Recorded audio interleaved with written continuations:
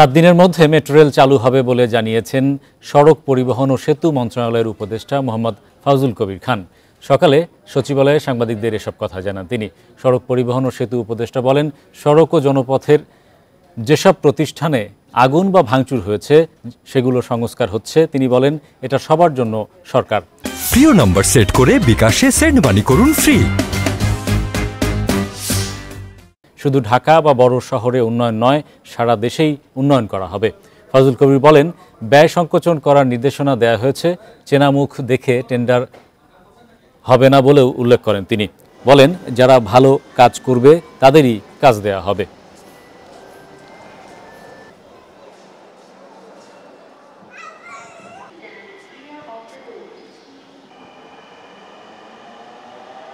বোর্ডের কিছু সিদ্ধান্ত দরকার আছে, সেই সিদ্ধান্তটা হয়ে গেলে তারপরে ওনাদের ওই যে লাইন টেস্টিং এর একটু, কারণ ওরা তো কর্মবিরতি করতেছে, এটাতে একটু টাইম লাগবে। তা আমরা সর্বোচ্চ 7 দিনের মধ্যে মেট্রো রেল চালু করব।